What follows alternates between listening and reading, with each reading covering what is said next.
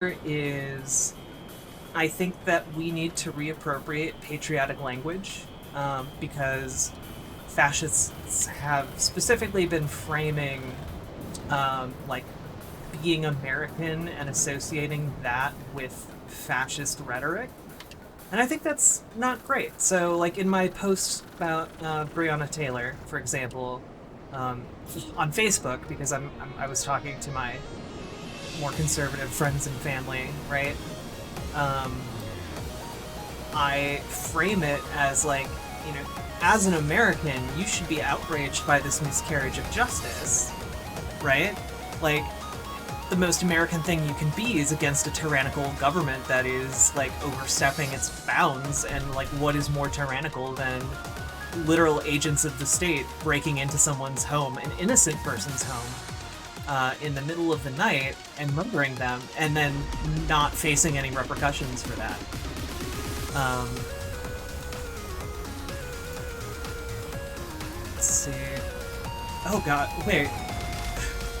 Let's see. Having met real fascists in the 1970s, this is Ashley. After they left prison in Germany, them people are doing a terrible job at it. I don't know which people. Reversing the exclusiveness they do. Whenever someone brings up purity, I ask them how attracted they are to their sister. I mean, that's fair. Like anytime anyone is talking about racial purity or whatever, it's absolute nonsense. Like,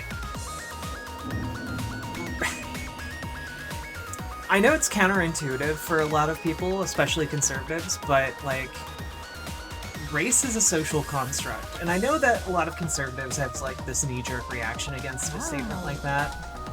But the reality is, like, who we have considered white and what white means in the world has changed dramatically over time. Like, for example, people from the Middle East, they used to be considered white. And not even that long ago, like within living memory, like the 1950s, 1960s, like people from Iran were considered like white. Now they're not. Now they are considered not white. But and also the founding fathers did not consider Germans to be white. You know, they were not considered with they were not trying to build like a white ethno-state. They were trying to build an Anglo-Saxon ethno-state. Like they wanted just English people. Like, if you look into the works of the founding fathers, some of them write extensively about how like Germans have like dirtied the gene pool with their like awful bloodlines or whatever. So like, when people are talking about race, we need to understand it as it being something that isn't real in the same sense like you can go outside and like pick up a rock and that rock is real, like it's something tangible in the world. And I think a lot of conservatives understand race as like, oh well, it's the color of your skin, right? Well, no, that is historically not how people have approached race, or even like conceptually considered race. Like, for example, in Rome, race was tied with your citizenship to Rome. So like, it had nothing to do with your skin color. So I think for a lot of conservatives, they associate like these tangible.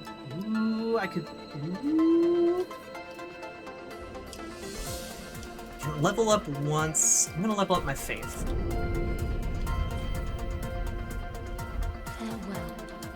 See ya, nerd. Let's see. I catch up with chat. Oh, hello, Pixel Plant Zone. I haven't seen you before. I'm hanging out with a friend, but I stopped by to drop a host and say you're beautiful and valid and fucking killing it. Thank you, friend. And you know what? You are too. I love you very much. Look at dog breeds. Whenever someone brings up look at dog breeds, any truth about the stuff to the stuff about Democrats were once on the fascism side. So often when Matt Harvey, often when people bring that up, it's true. However, people confuse the name of Democrats and Republicans as being synonymous with how we understand them now, which is not true. So, like, basically, this is gonna be really simple, like simplified, okay? But basically, up until like the 1960s, 1950s, 1960s, the parties were Republicans and Democrats were the conservative party. Like they were the party on the right. They were the party arguing for things not to change.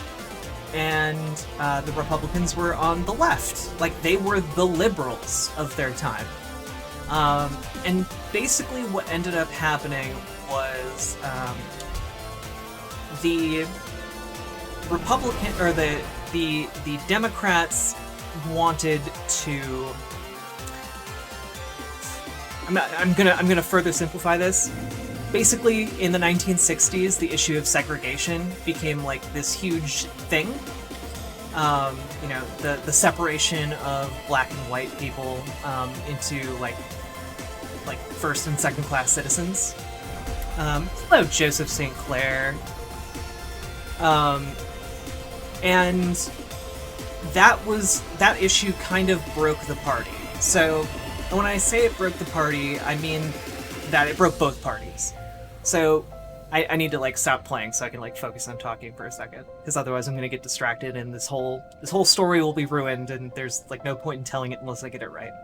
So you had Republicans on the left and Democrats on the right, and then the 1960s happened, and basically, as kind of like some additional background information, the Civil War, which was like in the 1860s, like sprouted up like this whole generation of like black people who were like involved in politics and like getting elected into office. And this was during the Reconstruction era. And the Reconstruction was basically in a time where the North invested heavily in the South that had gotten decimated by the Civil War. And the idea behind Reconstruction was that you had the Northern Army occupying the South and basically enforcing laws of equality. And so then what ended up happening was people in the South basically went, look, we are fine now, we're cool being Americans, you know, you don't have to have these Union troops here anymore. So the North went, okay, we'll pull out. So they pulled out. And basically what happened after the occupation of the South ended was all the black people who got elected to office and all of like the black prosperity that had started like sprouting up, white people fucking killed all of it. Like, you know, this is when we're getting like race riots. This is when we're getting like the first institutional like laws that became Jim Crow. This is where we got like white people assassinating like sitting black politicians, or like running them out of their office. And this is also when we had white people like physically stopping black people from voting. So that leads into Jim Crow era, which leads into and like basically segregation. Well, then in the 1960s, black people started protesting, right? And in the 1960s, when they started protesting, and I was thinking about being a history teacher, but basically in the 1960s, what ended up happening is, you know, you get the civil rights protests. You get Martin Luther King Jr. You get you know, Malcolm X, and you had all of this strife and like social pressure being put on political institutions, and essentially the Democrats had a wing that wanted to compromise, and it's pretty complicated, but basically the party alignments switched.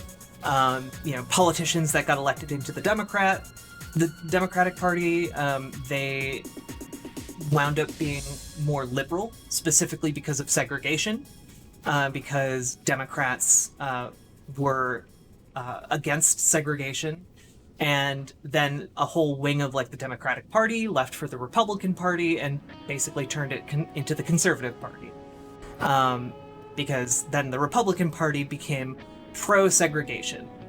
And so since that happened, there has been, like, that has kind of remained the status quo. So in the 1960s, it was the issue of segregation, and then it became clear that people who were pro-segregation, and aka like the Republican Party, were going to lose on that issue. And so they dug around and they found a different issue. And that issue happened to be abortion. And it's funny because up until that point in time, there hadn't really been like a huge religious backlash against the practice of abortion, which might sound insane now, but it's true. Basically, like evangelicals were like, yeah, abortion, it happens. God did abortions in the Bible, like that happened. So yeah, like whatever. Well, basically, a Republican think tank was like, hey, we have this whole block of voters, and we might be able to tap into them by making our party more religious. And so that's where you got, basically, throughout the 70s and 80s, the Republicans aligning themselves with religious institutions, specifically evangelicals and Baptists across the South.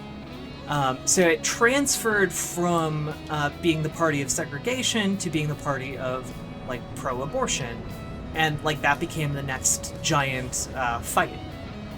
So, and that has kind of persisted to this day, despite Roe v. Wade being established in the courts. That has continued to be a giant debate, because it turns out when you convince millions of people that there's a practice that is literally murdering children, they get real upset about it, and they think it's a big deal, which it would be if that was what abortion actually was, but it's not. Anyway, all of that to say that, yes, Democrats used to be the fascist conservative party. Although I would also not necessarily have called them a fascist party in the 1960s. I just would have called them a very conservative party. Uh-oh. Well, nice of him not to kill me there. Ow. Ow.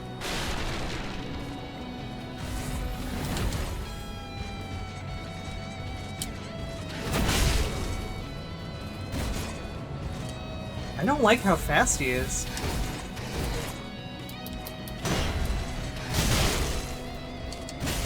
Ow. Nah. Nah, son. Gotcha! Okay. Yeah, ironic how... I mean, it's not ironic how quiet they are about Roy Moore. In high school, we learned about the Southern Strategy for all of 20 minutes. Yeah, and so when you hear people on the left talking about the Southern Strategy, that's literally the name that they gave the project to use religious people as, the new foot soldiers of the Republican Party in the 70s. And that strategy has actually continued to this day. Let's see... Oh, and Ashley wasn't kidding. I do have a minor in history. I studied medieval history, which You know, while medieval history doesn't really apply to, you know what, I'm gonna just go through this real quick. Because I can go here for a nice little shortcut.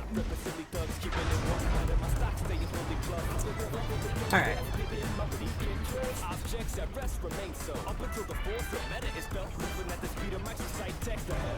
I mean, like Roy Moore, how do I put this? The Republican Party in general has not been has been very effective. Like you can say what you want about it, but their political tactics have been extremely effective in getting people to hinge on one or two issues. Now, that might seem like a maybe not a big deal, like especially if you're not invested in those issues. But imagine if you legitimately believed that your political opposition was massacring millions of children every year. Like, while that's not true, it... Wait, what is... Oh, I can't go up there. While that's not true in reality, it is true that Republicans think that. And if you as a rational person actually believed that, you would not care whether someone was a complete monster as long as they got into office and addressed that one issue. So, it's extremely... Just a second. I want to make sure I don't accidentally pull one of these monsters.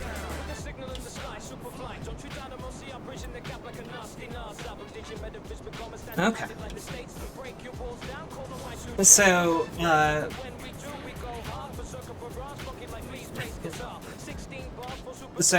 like, they will put up with people like Roy Moore, even though Roy Moore is a monster and, like, incredibly raped children. Because in their heads, voting for Roy Moore means that he becomes a vehicle for saving millions of children, right? And, that same sort of thinking, I think, plays into QAnon, where, like, to kind of address your point there, Matt, like, it plays into QAnon, and,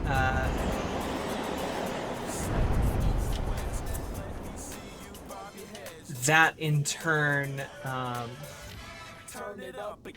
okay. We hear, boys. We hear. So that plays into QAnon and, like, the obsession with, like, children being, like, sex trafficked and stuff, which, I don't think QAnon has actually addressed any meaningful, like, child abuse at all. Mostly it's just like, hey, you know, there's a secret cabal that Trump is gonna get, and then it, A, isn't true, and B, like, you can point out a myriad of ways that, like, conservative principles, like, actively harm children. Like, you know, if, one of the big ones is if, like, there isn't sex education in schools, like, children don't have the vocabularies or understanding to, like, wrap their head around sexual abuse. Like, they don't know what it is and don't know how to articulate what they've experienced. Or another one is that conservatives are overwhelmingly more likely to talk about... let's do this. We'll summon some assistance. Okay, we got Series of the Sunless Realms. And do I have any Sunbrows around?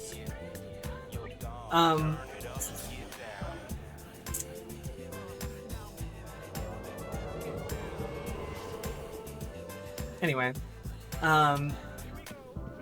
conservatives are by far more likely to support, traditions like child marriages, which like I think around 10,000 occur every year, and most states allow them because it's part of like religious tradition. But that's like you're having like full-grown adult men marrying like 12-year-olds. Like that's not cool, right? Like we all know why they're marrying 12-year-olds, and it's not because of love or whatever. So it's just a very inconsistent stance that they have, but they don't see it as being inconsistent because they've bought into this overwhelming idea that millions of children are being murdered, right? So and once you've bought into that, like you can justify all kinds of things. Yeah, even marrying 16-year-olds ain't cool. Um, it's true. Even I guess like maybe two 16-year-olds could get married. Like maybe that would be fine, but like my advice would be don't do that. Yeah, it is gross, Lena. And yeah, Joseph, there are actual organizations dedicated to like rescuing children from these child marriages. It's a really gross practice, and it's like way too far spread. I think I read like there were like 100,000 of these marriages over the last decade. Um, so yeah, it's pretty wild and gross. Um, let's see here. Catching up with chat. Um, Best wishes with what happens in the States. Be safe if they attack trans people. Yeah, I feel like I know it maybe like doesn't really it's a cold comfort to me, but like I live in Minnesota, so like if the absolute worst were to happen, maybe I could like drive up to the boundary waters and just like rough it across the border into Canada. Like that's my backup plan, because like you can do that fairly easily.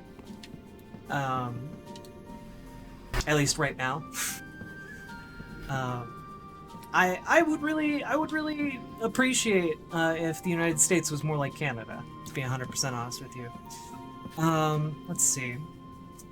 It's so difficult to get through to people indoctrinated by Fox News and evangelicalism.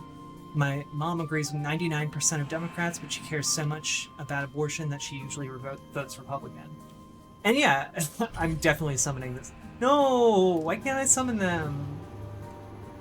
Alright. No! Why can't I summon them? Dang it. Alright.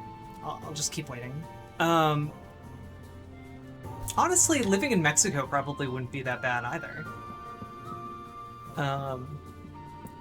Like I speak a little bit of Spanish. Like I'm not gonna do it on stream because like my fluency skills have degraded to the point where like I'm basically like a 5-year-old. But at one point I was fluent.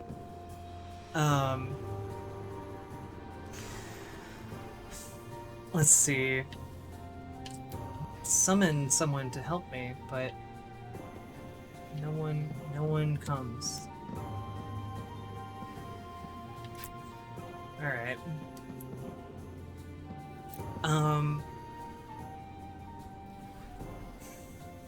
Well, I'm glad that at least your mom, Joseph, like, I'm glad at least she sees and understands that, like, Trump is, like, an out-and-out fascist and will, like, end democracy if he wins another term. And it's not even clear that if he loses, he still won't. Like, today, I believe he was quoted as saying, got too much into today, I think he was quoted as saying something along the lines of, get rid of the ballots, there will be no transition. When directly asked if there would be a peaceful transition of power if he lost, which I think should be, if your brain is working, like completely terrifying.